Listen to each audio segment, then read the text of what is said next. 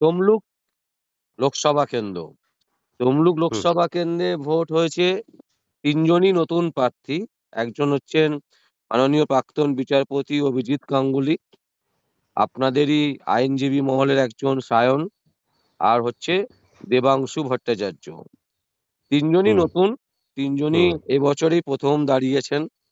৩ হুম জন ৩ প্রার্থী, ৩টে একজন বিজেপির, একজন কংগ্রেস তৃণমূলের, আর একজন হুম কংগ্রেস সমর্থিত সিপিএম প্রার্থী। হুম তো এই ৩ জনের যে ভোটটা হলো তমলুকের, হুম অনেকে অনেক রকম তর্ক-বিতর্ক হচ্ছে আরকি, নানান রকম জল্পনা। তো হুম আপনার মতে কে এগিয়ে আছে? এখনো পর্যন্ত ভোট হয়ে যাওয়ার পর, মানে ভোটে যেভাবে আমরা দেখলাম বিভিন্ন জায়গায় কিছুটা ঝামেলাও হয়েছে, মারামারি হয়েছে, নানান রকমের তর্ক-বিতর্ক হয়েছে। হুম তারপরেও যা ভোট পড়েছে তার পার্সেন্টেজ অনুযায়ী ও তমলুকের ৩ জনের মধ্যে কাকে এগিয়ে রাখবেন আপনি এবং কেন?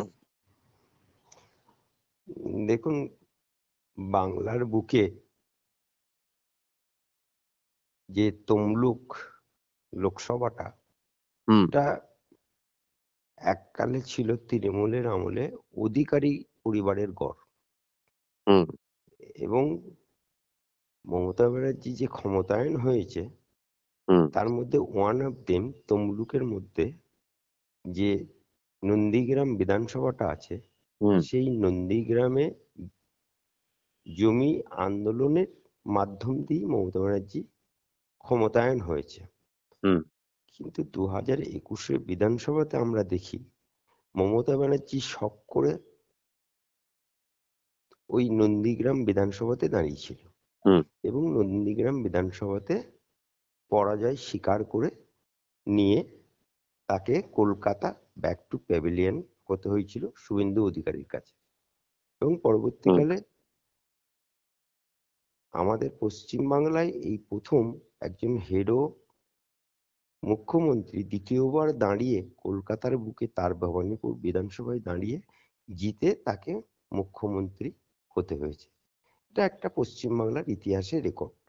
হুম, সেই জায়গায় ওখানে যে তমলুকে মুসলিম ভোট আছে, হুম, সেই মুসলিম ভোটটা কোন দিকে টার্ন নিয়েছে এবং ওখানে যে কংগ্রেস সমর্থিত সিপিএম এর প্রার্থী সায়ন হুম, কতটা ভোট টানতে পেরেছে হুম, এবং আইএসএফ প্রার্থী দিয়েছে হুম, নওশাদ সিদ্দিকীর দল, মুসলমান ওরিয়েন্টেড দল, তারা কতটা ভোট টানতে পেরেছে।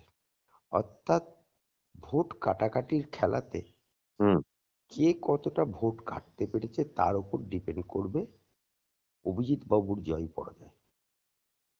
যদি আচ্ছা, ভোট সায়ন, যদি ভোট নওশাদ সিদ্দিকীর প্রার্থী আইএসএফ, যদি সিপিএম ভোট ভালো কাটতে পারে, তাহলে অভিজিৎ বাবুর জিত 100% নিশ্চিত। আচ্ছা, কিন্তু যদি ওরা ভোট টানতে না পারে, ভোট কাটতে না পারে, কারণ ওরা তো কেউ জিতবে না, হুম, সিপিএম এর প্রার্থীও জিতবে না, আবার আইএসএফও জিতবে না। হুম, তা ওরা ভোট কাটাকাটির খেলাতে কারণ কে কতটা ভোট কাটতে পেরেছে তার উপর ডিপেন্ড করছে কে জিতবে কে হারবে। হুম, কিন্তু আমরা দেখতে পেয়েছি যে ওখানে অভিজিৎ বাবুর কে বারবার, মানে প্রার্থীকে হুম, একটা জায়গায় আটকে দেবার খেলা খেলেছে। কারণ হুম, টিএমসি এবারে নতুন একটা আইপ্যাকের নির্দেশে একটা নতুন খেলাতে মেতেছে। কি না, বিরোধী পক্ষের প্রার্থী হুম, যে, যার জেতার সম্ভাবনা আছে, হুম, সেই প্রার্থীকে কোনো জায়গায় গন্ডগোল করে আটকে দাও। হুম, আর দ্বিতীয়টা কি, দ্বিতীয়টা হচ্ছে ভোটের পরে আনন্দের উচ্ছ্বাস করে আবির মাখো। এটা হুম, একটা নতুন পদ্ধতি। হুম, সেই নতুন পদ্ধতি ওরা অ্যাপ্লাই করে কতটা সাকসেস হয়েছে তার উপর ডিপেন্ড করছে। আচ্ছা। তবুও মানে আপনি যেটা বললেন সেটা তো একটা দিক আছেই। তারপরেও মানে জিজ্ঞাসা করছি, কারণ যেহেতু সবাই তমলুকের দিকে তাকিয়ে আছে, মানে আপনার ক্যালকুলেশন কি বলে? দেখুন, আমার ক্যালকুলেশন, যেহেতু গতবারে ওই কেন্দ্রে তমলুকে টিএমসি জিতেছিল, হুম, এবং সেটা শুভেন্দু অধিকারীর নেতৃত্বে বা অধিকার পরিবারের গড় হিসেবেই জিতেছে। হুম, এখন ওই অধিকার পরিবারই এবার বিজেপিতে টান নিয়েছে। হুম, এবারে বিজেপি এই নতুন প্রার্থী অভিজিৎ গঙ্গোপাধ্যায়কে এবং অধিকারী পরিবারের গড়কে কতটা বিশ্বাস করে, এবং ভারতীয় জনতা পার্টির পুরনো কার্যকর্তারা হুম। কতখানি মেহনত আঁকড়ে হৃদয় দিয়ে দলকে জেতানোর জন্য জান প্রাণ এক করে দিয়ে লড়াইটা দিয়েছে, সেটা এখন দেখার বিষয়। আচ্ছা, আপনার কি কোথাও মনে হয় যে শেষ মুহূর্তে অভিজিৎ গাঙ্গুলি মানে আ মানে পরাজিত হবেন এরকম একটা ভেবে মানে হালকা হয়ে গেছেন, বা তিনি মুষড়ে পড়েছেন, এরকম কি মনে হয়?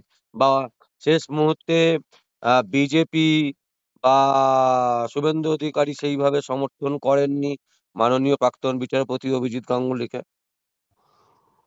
দেখুন, একটা জিনিস, Abhijit Gangopadhyay being a ex justice, hmm, উনার জগৎটা ছিল আলাদা।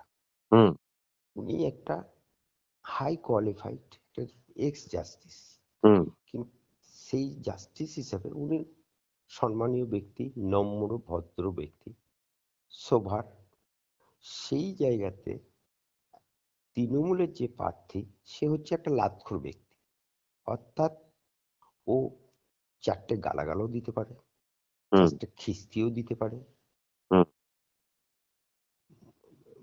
মামাসিও উদ্ধারও করে দিতে পারে।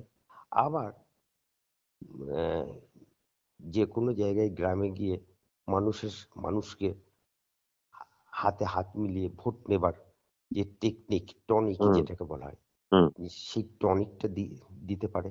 কিন্তু অভিজিৎ গঙ্গোপাধ্যায় তো সেটা পারবে না। সে একটা হুম, জগৎ থেকে গেছে, হুম, সে একটা জগৎ থেকে গেছে। এবার সেই জগৎ থেকে হঠাৎ করে জাস্টিসের জগৎ থেকে গিয়ে একটা গ্রাসরুটে একটা অশিক্ষিত মানুষের সাথে আপন করে নেওয়া, এটা একটা দেখার বিষয়। দু হুম, নম্বর হচ্ছে যে, তবে হ্যাঁ, অভিজিৎ গঙ্গোপাধ্যায়ের আবার যেমন মাইনাস পয়েন্ট আছে, তেমন তেমন প্লাস পয়েন্টও আছে। প্লাস পয়েন্ট কি? অভিজিৎ গঙ্গোপাধ্যায় প্রথম জাস্টিস হিসেবে বাংলার মুখে যে চোর, তৃণমূল হুম, শিক্ষায় দুর্নীতি হয়েছে, সেইটাকে তুলে ধরেছিল বলেই আজকে বাংলার মানুষ জানতে পারছে যে শিক্ষা জগতে এত চুরি হয়েছে। আজকে হুম, বাংলার মানুষ জানতে পেরেছে, এবং অপার বাড়িতে যে কোটি কোটি টাকা শিক্ষার দুর্নীতির টাকা পাওয়া গেছে, যেটা গোনার জন্য মেশিন আনতে হয়েছিল। এবং হুম, শিক্ষামন্ত্রী জেল খাটছে, কাকু জেল খাটছে, কুন্তল জেল খাটছে। এরকম যে মানুষগুলো জেল খাটছে অভিজিৎ গঙ্গোপাধ্যায়ের জন্য, সেই জায়গাতে মানুষের কাছে একটা অভিজিৎ গঙ্গোপাধ্যায় দেবতুল্য মানুষের পর্যায়ে পৌঁছে গেছে। হুম, সেই জায়গাতে আবার মানুষ নিজে থেকে অনুদীয়ভাবে তাকে ভোট দেবার প্রবণতাও আছে আছে সুতরাং এই ক্ষেত্রে অভিজিৎ গঙ্গোপাধ্যায় জেতার সম্ভাবনাটা 100% হলেও, মানে 1% হলেও এগিয়ে আছে। অসংখ্য, অসংখ্য ধন্যবাদ স্যার। আপনার সাথে পরে আবার যোগাযোগ করব। ভালো থাকবেন এবং সুস্থ থাকবেন।